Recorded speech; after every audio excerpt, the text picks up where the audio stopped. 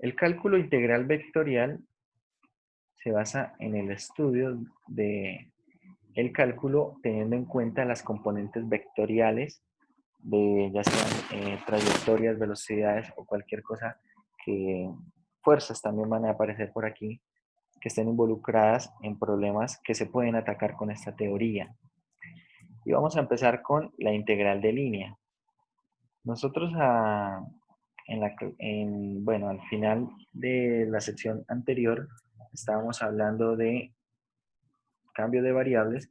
Cuando hacíamos el cambio de variables y transformábamos una región en otra, manteníamos una dirección en la forma de recorrer esa curva o esas curvas que encerraban la región. Acá va a ser importante la dirección y ya vamos a ver por qué.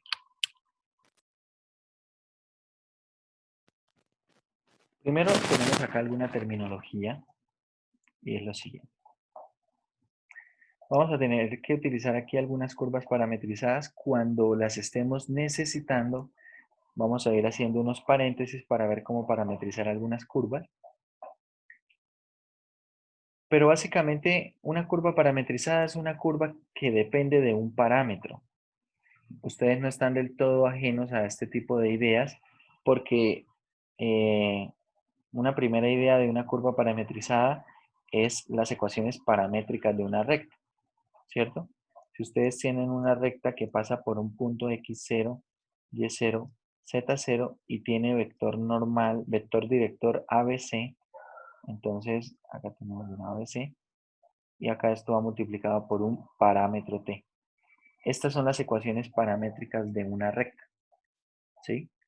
De hecho, acá estamos parametrizando a tres variables.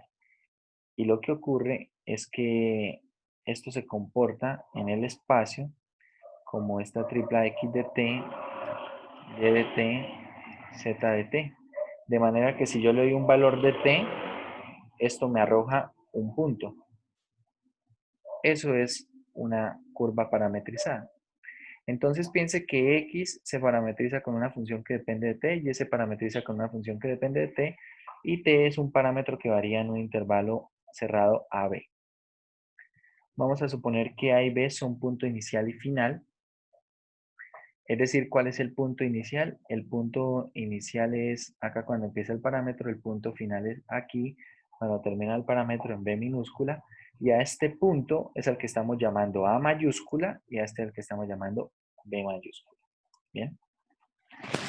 Dicho esto, tenemos una definición para las curvas, porque bueno, acá tenemos esta curva parametrizada, y esta curva puede tener varias características. Vamos a decir que C es una curva suave si la primera derivada de X y la primera derivada de Y con respecto a T, por supuesto, son continuas, ojo, son continuas sobre el intervalo cerrado AB y no simultáneamente cero en el intervalo abierto. No simultáneamente cero.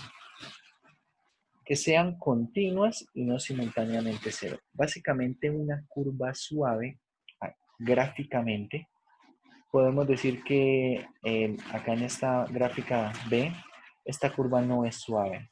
De hecho, acá en estos picos es donde no es suave. Esa función, esa curva en esos picos va a tener problemas precisamente con las derivadas parciales. ¿Sí? Esas primeras derivadas, perdón. Porque esas primeras derivadas allí o no van a existir o no serán continuas o algo ocurrirá con esas primeras derivadas.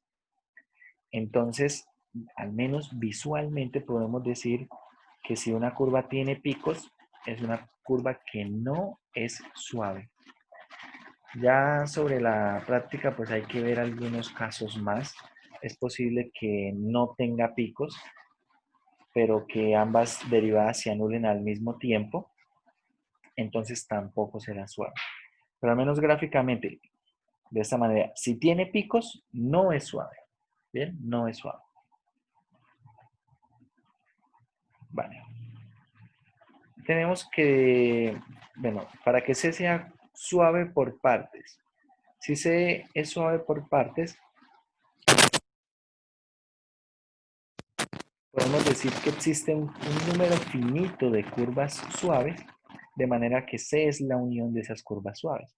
Por ejemplo, en esta gráfica B, C es la curva que va desde A hasta B. Pero observe, C es la unión de tres curvas que son suaves, cada una de manera independiente. Cada una es suave. Entonces, si tengo un número finito de curvas suaves que al unirlas me da la curva C, tenemos una curva que es suave por partes. Es decir, esta curva que está acá no es suave, pero sí es suave por partes. Bueno, una curva cerrada básicamente es una curva en la cual el punto inicial y el punto final es el mismo. Sí, es el mismo. Por ejemplo, acá en la figura D tenemos una curva suave que es cerrada. En esta que está aquí tenemos una curva que es cerrada, el punto inicial y el punto final son el mismo, ¿vale? Son el mismo.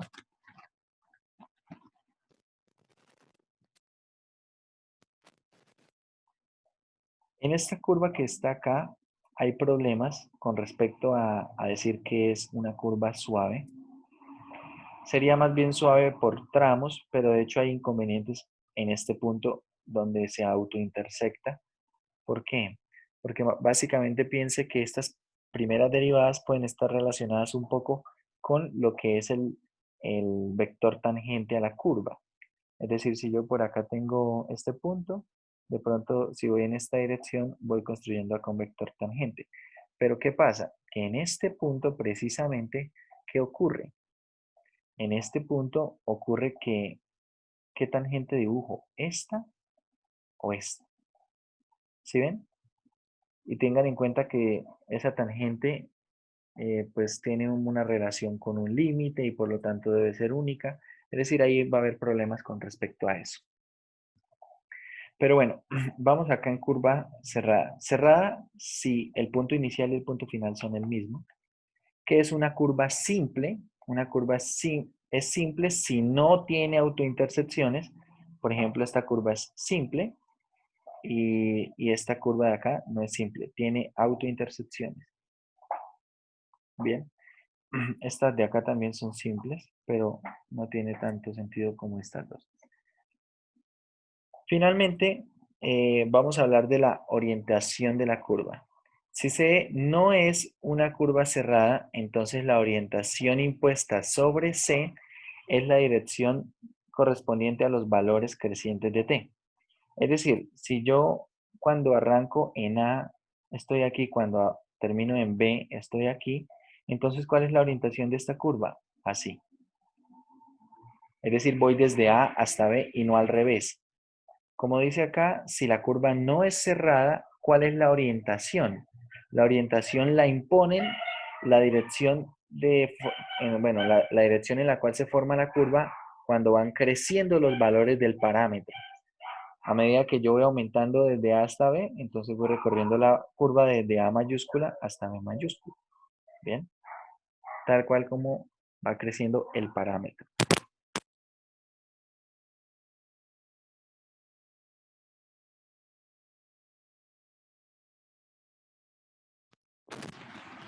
Más adelante vamos a ver qué pasa si la curva es cerrada. Resulta que si la curva es cerrada uno podría eh, imponer alguna dirección. ¿Por qué? Piense que la definición dice si voy desde A hasta B, pero acá ¿cómo puedo ir desde A hasta B? Puedo arrancar aquí desde A y puedo irme en esta dirección, ¿cierto? Y dar la vuelta y terminar en B. O puedo irme en la otra dirección. Puedo irme por este camino y llego a B. Es decir, cuando la curva es cerrada, ambas direcciones me guían hacia B, partiendo desde A.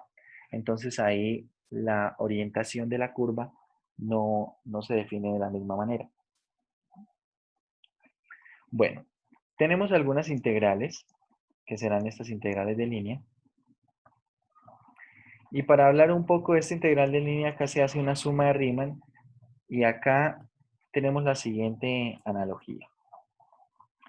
Nosotros hasta el momento hemos calculado integrales sobre un intervalo, ¿cierto? Un intervalo AB, acá sobre la recta X en los reales. Y básicamente para definir una integral en cálculo 2, ¿qué era lo que hacíamos? Hacíamos una partición del intervalo AB, ¿cierto? Y a partir de esto, bueno, se aproximaba el valor de esta área, si esto era positivo, y si no, pues quedaba acá una suma que la llamábamos simplemente una suma de Riemann. Eso se hacía en el curso de cálculo 2. Se hacía una partición de un intervalo AB y por lo tanto se integraba con respecto a un intervalo AB. En el curso ya de cálculo 3, nosotros vimos que podíamos hacer una partición de qué. Por ejemplo, podríamos tomar acá una región, ¿cierto? Y podríamos hacer allí una partición. Y con respecto a esto, calcular algunas integrales. Pero acá, observen, de momento que hemos particionado para formar una suma de Riemann, un intervalo. Un intervalo. Una región plana. Pero también ya vimos que podemos particionar precisamente con integrales triples, ¿cierto? Podemos acá tomar un sólido y podemos hacer acá una partición y de manera que acá se forman blocos, se forman unos bloquecitos y bueno, eso genera una partición. Es decir, también hemos hecho una partición de una, podemos decirle así, un sólido o región en 3 dimensiones. O una región en 3 dimensiones. De momento todo eso es lo que hemos considerado para formar integrales. Intervalos, regiones planas y sólidos o regiones en 3 dimensiones. Tenemos allí entonces que a partir de eso se podían establecer esas sumas de Riemann y bueno, cada suma de Riemann dependiendo de algunas características tenía alguna connotación. Por ejemplo, la partición con respecto al intervalo y la suma de Riemann que se establecía era la integral definida que cuando la función es positiva habla del área entre la curva y el intervalo. Cuando tenemos una integral doble, que es una partición de una región plana, podemos ahí tener varias connotaciones dependiendo de lo que esté dentro de la integral, ¿cierto? Podemos hablar de área, de volumen, podemos hablar de centros de masa, momentos de inercia, y básicamente las mismas aplicaciones para cuando tenemos una partición de un sólido o de una región en 3D. Ahora aquí la idea es la siguiente. Yo voy a ir desde el punto A hasta el punto B y acá tengo una curva. Ya no voy a particionar el intervalo en X ni el intervalo en Y. Voy a particionar la misma curva. Observen, estoy haciendo la partición en la misma curva. En la misma curva. Si yo establezco esa partición en la misma curva y, bueno, defino lo que es una integral, una suma de Riemann, ahí es donde podemos encontrar la definición de integrales de línea en el plano. Entonces, observen. La integral de línea en el plano, vamos a denotarla de la siguiente manera. Integral de línea con respecto a x. Con respecto a x, ¿qué será? Esta integral, observe que ahora acá bajo el signo de la integral tenemos una c. Esa c tiene que ver con la curva y acá dice con respecto a quién es. Acá con respecto a x. Podemos definir tres integrales de línea como suma de Riemann. De hecho, integral de línea con respecto a x, con respecto a y con respecto a la longitud de arco a lo largo de C.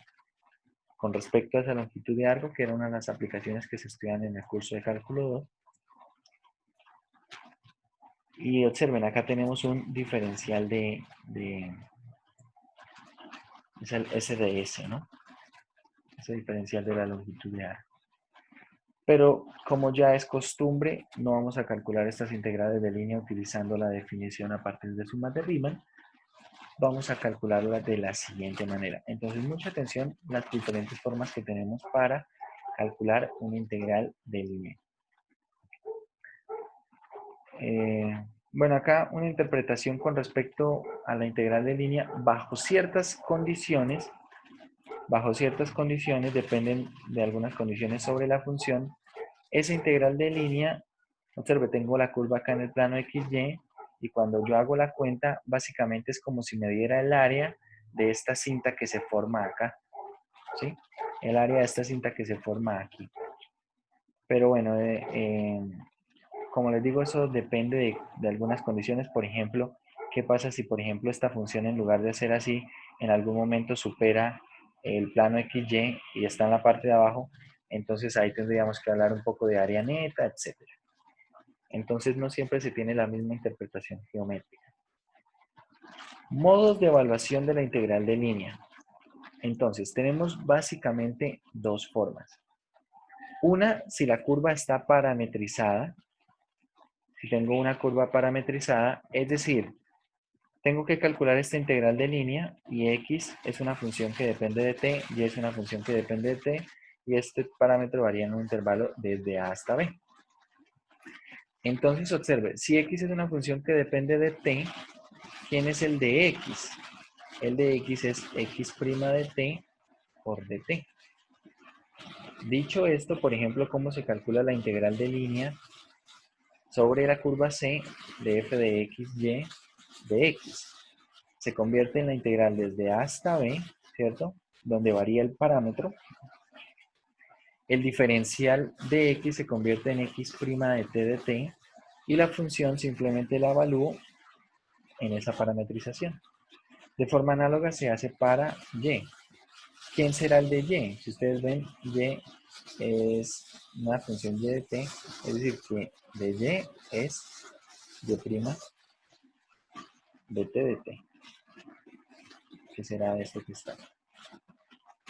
Con respecto a la longitud de arco, sí tenemos que recordar por allá algunas cuentas que se hicieron, observen, en la sección 6.5. Esto tal vez se hizo en el curso de cálculo 2. Y es lo siguiente, el diferencial, el ds, es lo siguiente, cuando tenemos una curva parametrizada. Yo les aconsejo que estas tres formas las pongan tal vez en alguna hojita aparte. ¿Sí? ¿Cómo calcular integral de línea? Primero, si C está parametrizada, entonces x es x de t, y es y de t, y el parámetro varía entre a y b. Entonces, si tengo integral de línea con respecto a x, simplemente hago esas sustituciones, con respecto a y hago esas sustituciones, y observen, con respecto a s, a la longitud de arco, aquí hago las sustituciones, pero ¿quién es el de s? El de s es esto que está aquí, y el de s siempre va a ser esto que está aquí. Entonces esto, ténganlo por ahí remarcado, porque pues la idea no es que tengamos que calcular el ds cada vez que necesitemos usarlo. Entonces, bueno, ahí calculamos, tenemos esta. Estas son la forma de calcular la integral de línea con respecto a quién, a x, a y y a la longitud de arco. Entonces, observe, vamos a resolver este problema. Resolvamos este problema. Necesito calcular estas tres integrales y bueno, voy a llevarme a todo esto. O bueno, solamente está aquí. Necesito la gráfica de la curva. Necesito esa gráfica de la curva y observen. A ver, por ejemplo, la primera integral no es muy difícil. Miren la curva que tenemos acá en la parte de, esta curva que tenemos en la parte de la izquierda, de la derecha.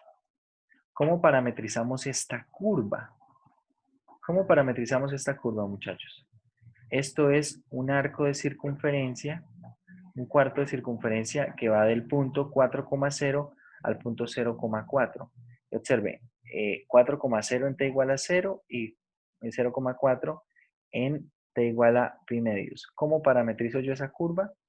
Como es una circunferencia, entonces x, ¿quién será? X será observe, tenemos el radio de la circunferencia, El radio de la circunferencia, ¿por quién? El radio de la circunferencia es 2. ¿Por quién? Por el coseno de teta. Y y es el radio de la circunferencia por el seno de teta. Veamos si esto me genera esta porción de curva. Cuando t vale 0, bueno, acá, bueno, no teta, sino t. Cuando t vale 0, ¿cuánto es coseno de t? Ah, perdón, el radio es 4, no es 2. Cuando t vale 0, ¿cuánto es coseno de t? Coseno de 0 es 1 y seno de 0 es 0. Es decir, que si t vale 0, tenemos el punto. ¿Qué punto tenemos? El punto 4,0. Y cuando t vale pi medios, ¿cuánto es coseno de pi medios? Coseno de pi medios es 0.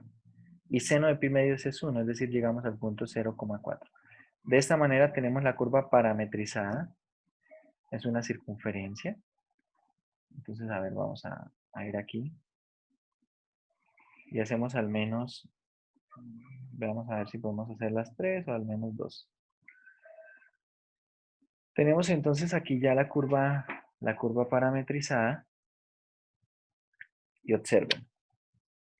Entonces, la primera integral, me pide la integral con respecto a la curva, esta integral de línea de x, y cuadrado de x. Observe cómo está esto parametrizado. Cómo está esto parametrizado. Voy a borrar esto aquí. Y bueno, dejemos esto ahí por ahora. Como está esto parametrizado, entonces observe, si x toma este valor, ¿quién es el de x?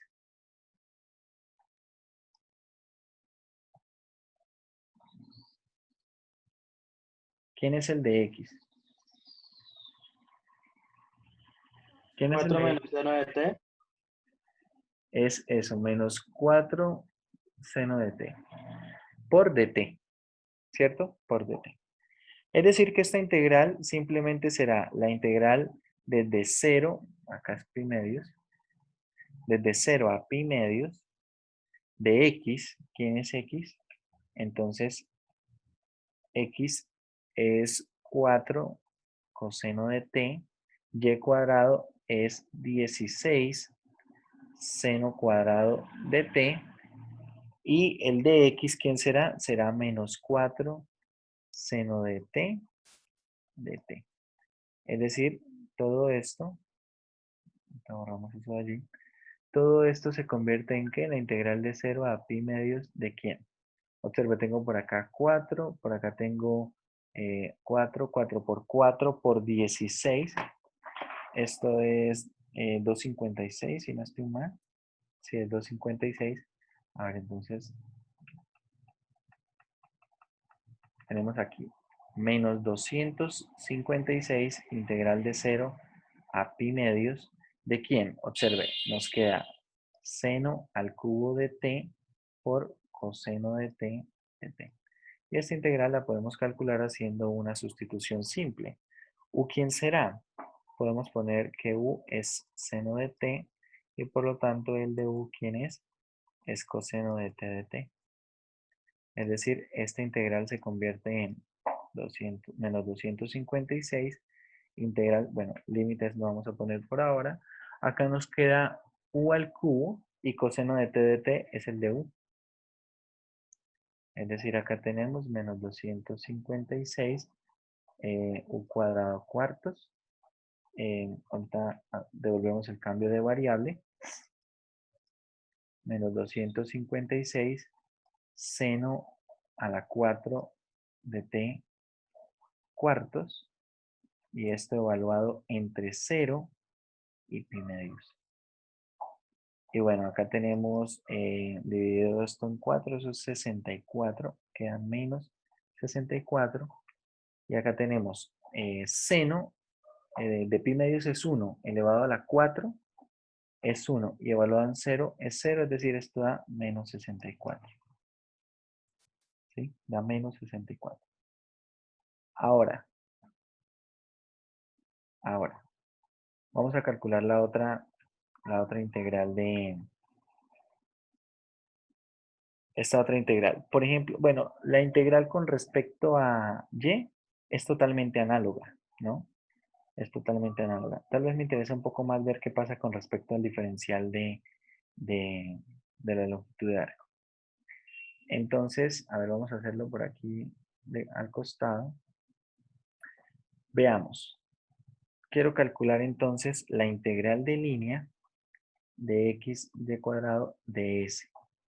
Recordemos que x es 4 coseno de t, y es 4 seno de t, y entonces el de s, ¿quién es? Observen, el de s es derivada de x con respecto a t al cuadrado más derivada de y con respecto a t al cuadrado, todo en raíz y todo por el diferencial de el de t. Es decir, acá la derivada de esto nos queda menos 4 seno de t al cuadrado más 4 coseno de t al cuadrado y todo esto por el de t. Es decir, ¿quién es el de s?